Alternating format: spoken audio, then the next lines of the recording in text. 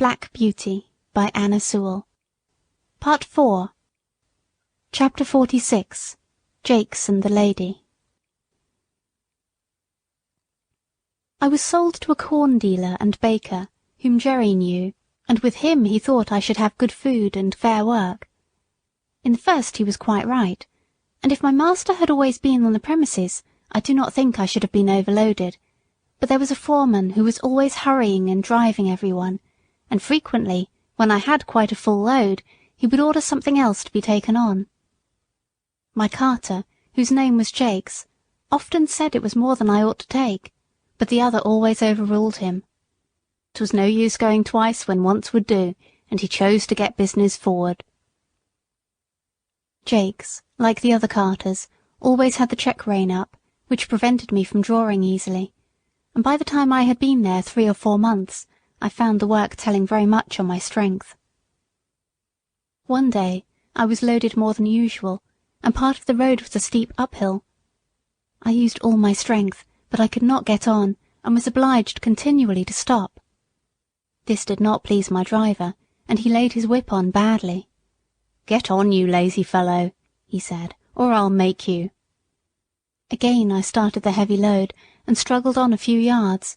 Again the whip came down, and again I struggled forward. The pain of that great cart whip was sharp, but my mind was hurt quite as much as my poor sides.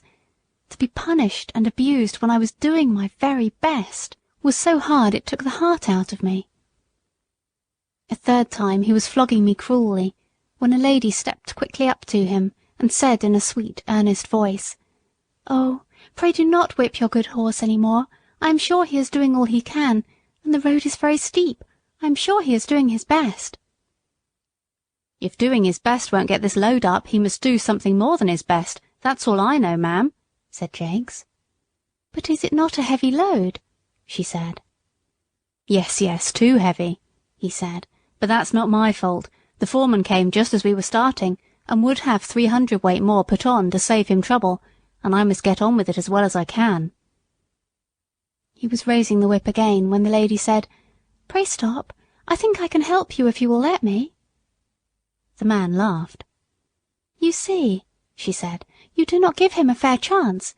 He cannot use all his power with his head held back as it is with that check rein. If you would take it off, I am sure he would do better. Do try it," she said persuasively. "I should be very glad if you would." "Well, well," said Jakes with a short laugh, "anything to please a lady, of course. How far would you wish it down, ma'am?" "Quite down. Give him his head altogether." The rein was taken off, and in a moment I put my head down to my very knees. What a comfort it was!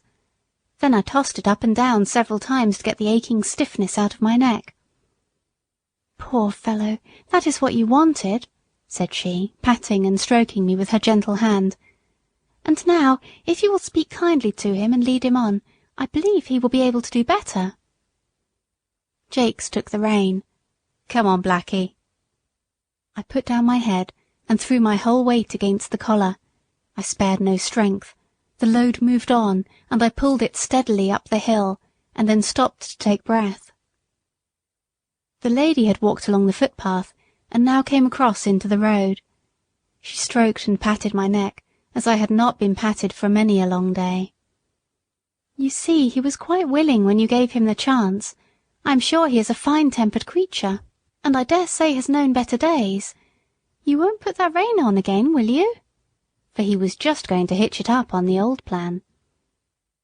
"Well, ma'am, I can't deny that having his head has helped him up the hill, and I'll remember it another time, and thank you, ma'am, but if you went without a check rein I should be the laughing-stock of all the carters. It is the fashion, you see." "Is it not better," she said, "to lead a good fashion than to follow a bad one? A great many gentlemen do not use check reins now. Our carriage horses have not worn them for 15 years, and work with much less fatigue than those who have them. Besides," she added in a very serious voice, "we have no right to distress any of God's creatures without a very good reason.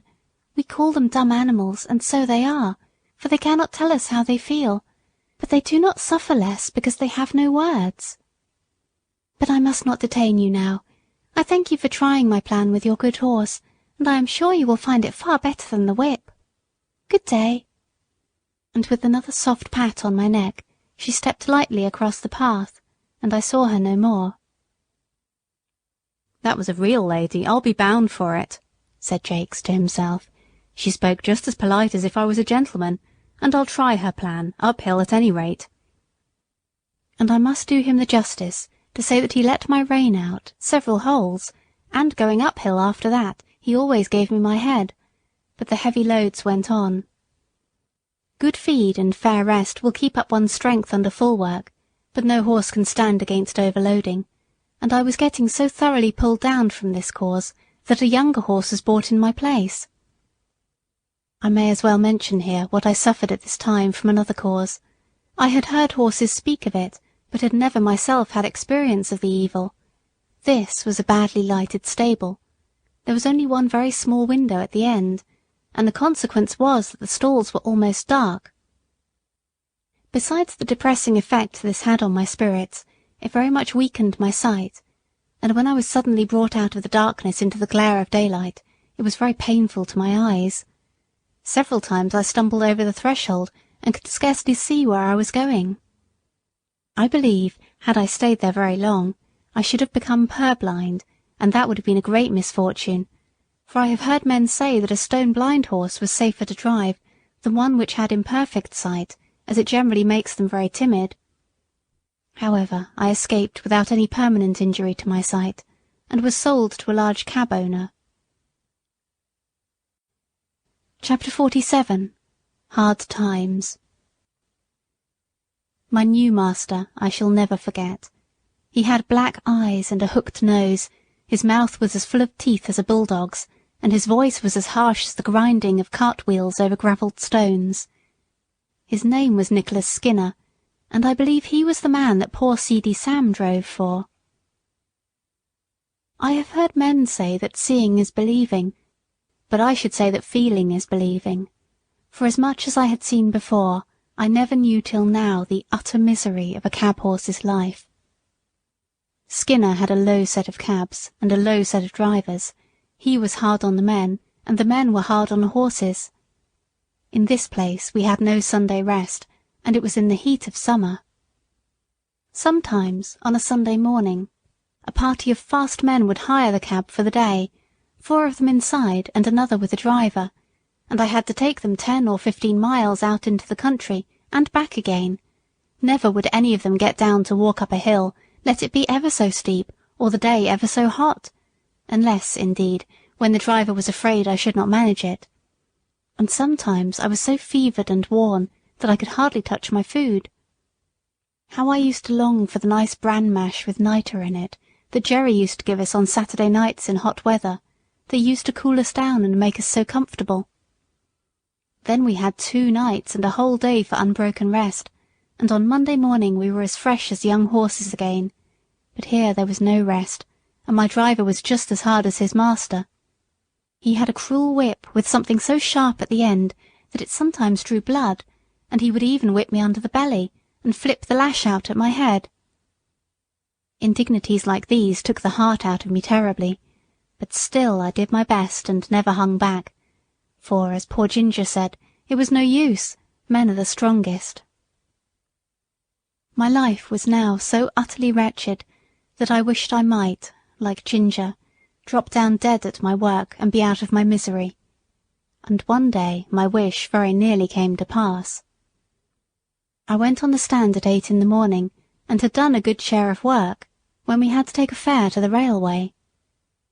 A long train was just expected in, so my driver pulled up at the back of some of the outside cabs to take the chance of a return fare. It was a very heavy train, and as all the cabs were soon engaged, ours was called for. There was a party of 4, a noisy, blustering man with a lady, a little boy and a young girl, and a great deal of luggage. The lady and the boy got into the cab, and while the man ordered about the luggage, the young girl came and looked at me. "Papa," she said, "I am sure this poor horse cannot take us and all our luggage so far. He is so very weak and worn up. Do look at him." "Oh, he's all right, miss," said my driver. "He's strong enough." The porter, who was pulling about some heavy boxes, suggested to the gentleman, as there was so much luggage, whether he would not take a second cab. "Can your horse do it, or can't he?" said the blustering man. "Oh, he can do it all right, sir. Send up the boxes, porter. He could take more than that." And he helped to haul up a box so heavy that I could feel the springs go down. "Papa, Papa, do take a second cab," said the young girl in a beseeching tone. "I am sure we are wrong. I am sure it is very cruel." "Nonsense, Grace. Get in at once, and don't make all this fuss. A pretty thing it would be if a man of business had to examine every cab horse before he hired it. The man knows his own business, of course. There, get in, and hold your tongue." My gentle friend had to obey, and box after box was dragged up and lodged on top of the cab, or settled by the side of the driver.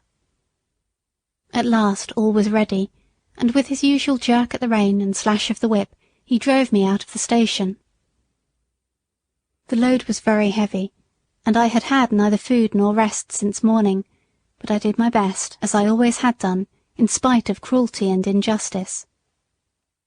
I got along fairly till we came to Ludgate Hill, but there the heavy load and my own exhaustion were too much. I was struggling to keep on, goaded by constant chucks of the rein and use of the whip, when in a single moment, I cannot tell how, my feet slipped from under me, and I fell heavily to the ground on my side.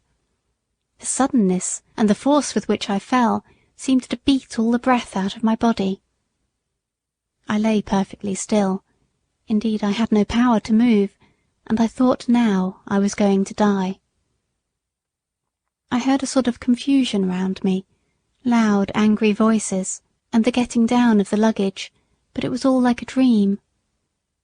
I thought I heard that sweet, pitiful voice saying, "Oh, that poor horse, it is all our fault."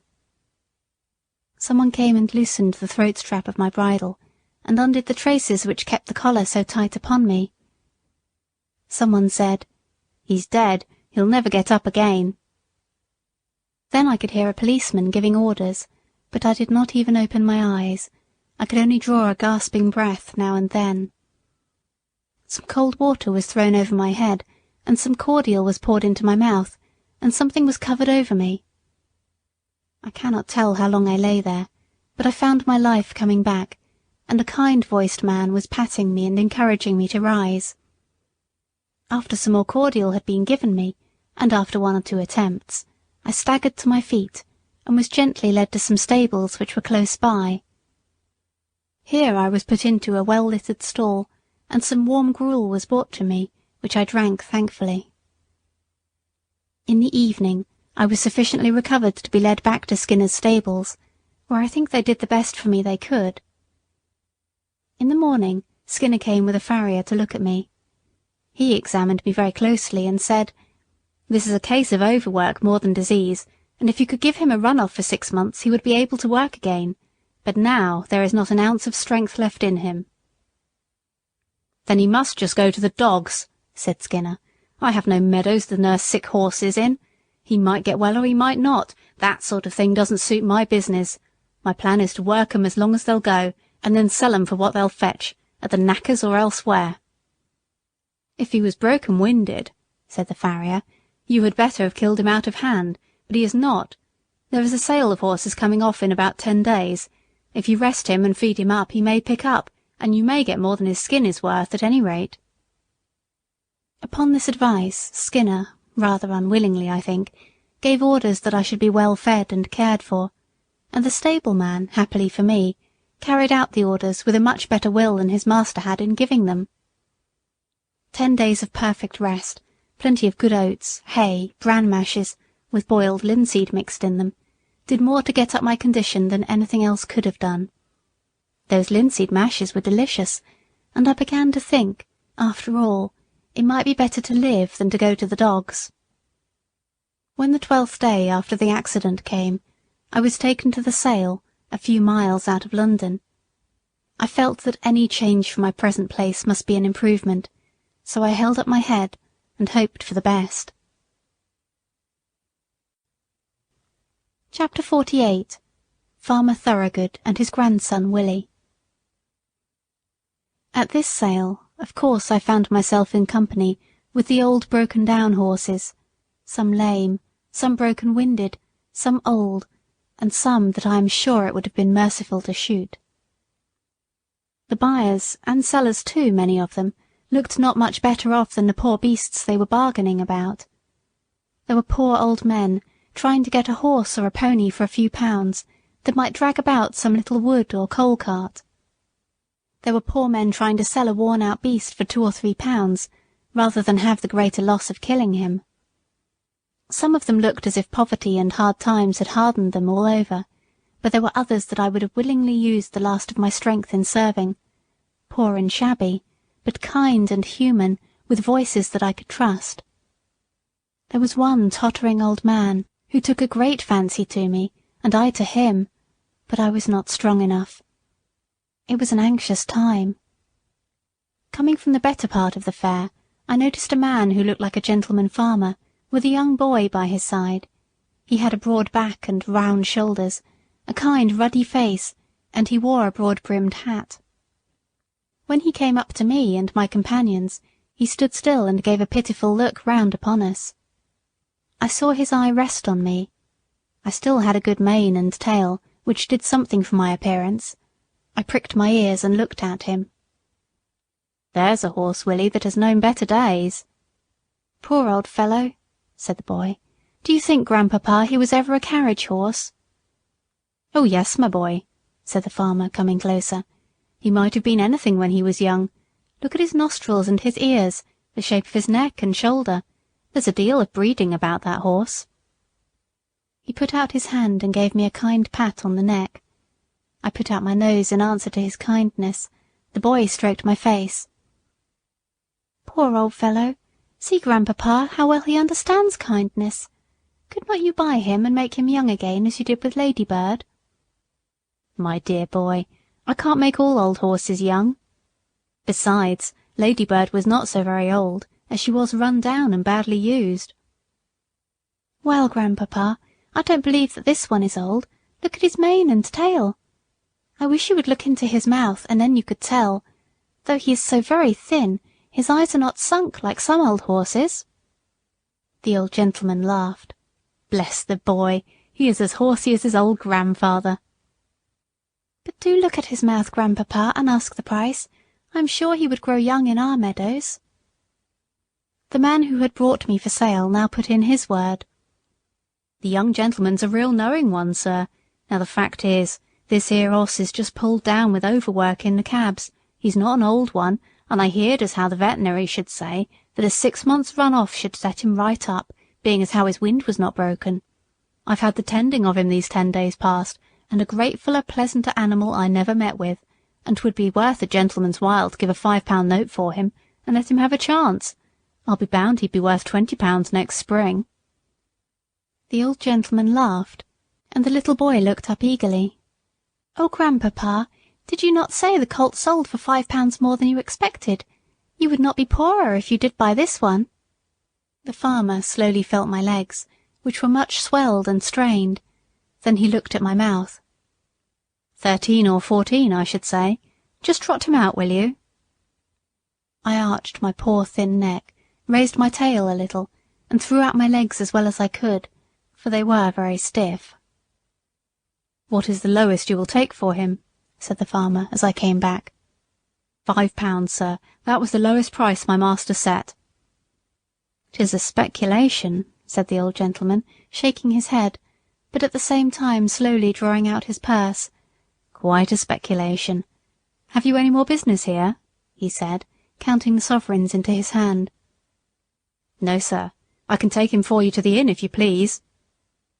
"Do so. I am now going there." They walked forward, and I was led behind. The boy could hardly control his delight, and the old gentleman seemed to enjoy his pleasure. I had a good feed at the inn, and was then gently ridden home by a servant of my new master's, and turned into a large meadow with a shed in one corner of it. Mr. Thoroughgood, for that was the name of my benefactor, gave orders that I should have hay and oats every night and morning, and the run of the meadow during the day, and "You, Willie," said he, must take the oversight of him. I give him in charge to you." The boy was proud of his charge, and undertook it in all seriousness. There was not a day when he did not pay me a visit, sometimes picking me out from among the other horses and giving me a bit of carrot, or something good, or sometimes standing by me while I ate my oats. He always came with kind words and caresses, and of course I grew very fond of him. He called me old crony, as I used to come to him in the field and follow him about. Sometimes he brought his grandfather, who always looked closely at my legs.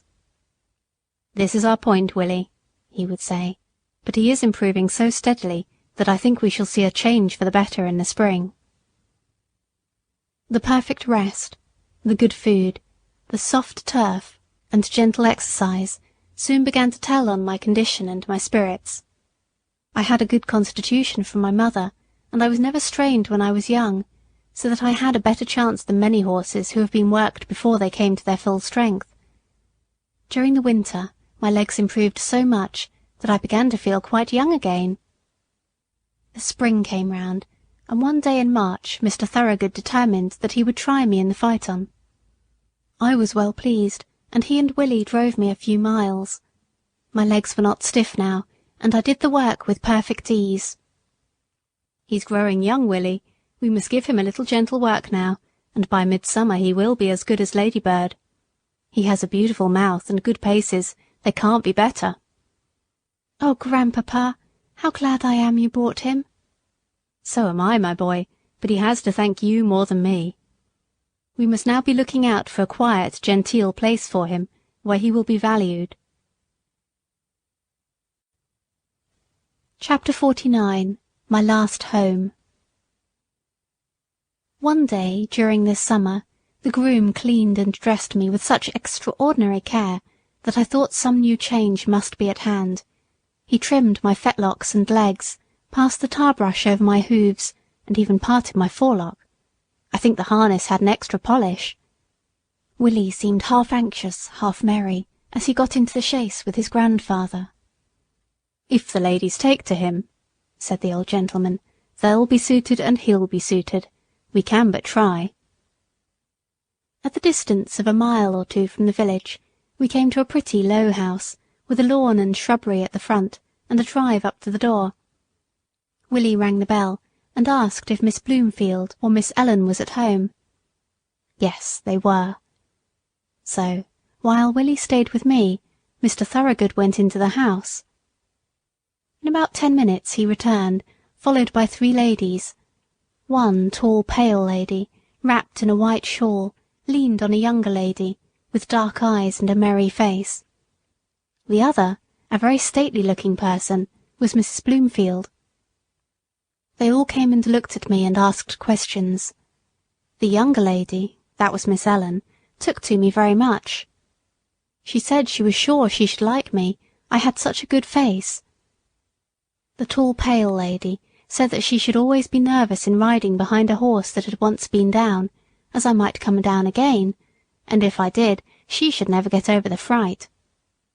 "You see, ladies," said Mr. Thoroughgood, "many first-rate horses have had their knees broken through the carelessness of their drivers, without any fault of their own, and from what I see of this horse I should say that is his case, but of course I do not wish to influence you. If you incline, you can have him on trial, and then your coachman will see what he thinks of him." "You have always been such a good adviser to us about our horses," said the stately lady, "that your recommendation would go a long way with me, and if my sister Lavinia sees no objection, we will accept your offer of a trial with thanks." It was then arranged that I should be sent for the next day.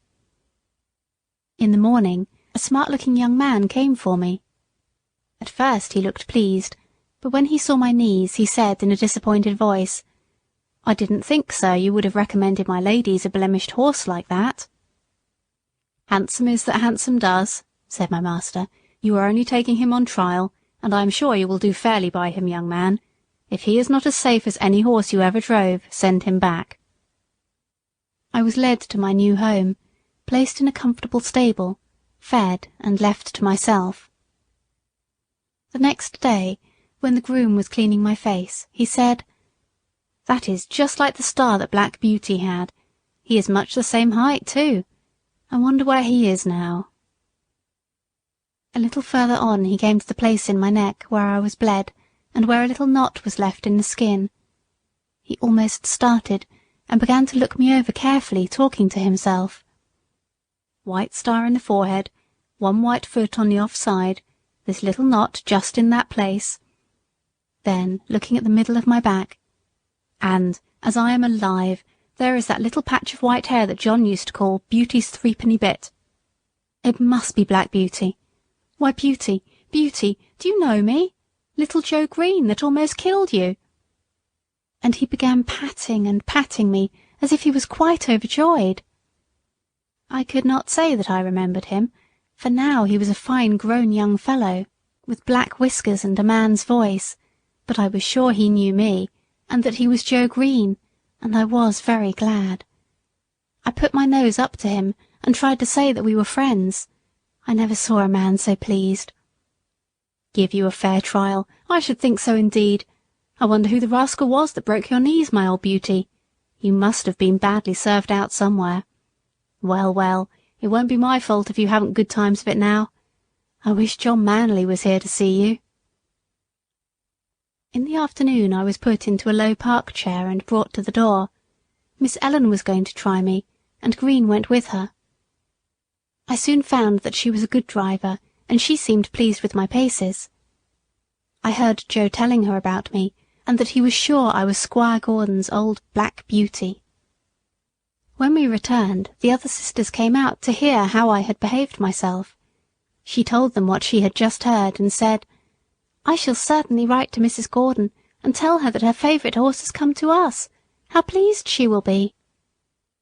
After this I was driven every day for a week or so, and as I appeared to be quite safe, Miss Lavinia at last ventured out in the small close carriage. After this it was quite decided to keep me, and call me by my old name of Black Beauty. I have now lived in this happy place a whole year. Joe is the best and kindest of grooms. My work is easy and pleasant, and I feel my strength and spirits all coming back again. Mr. Thoroughgood said to Joe the other day, "In your place he will last till he is 20 years old, perhaps more."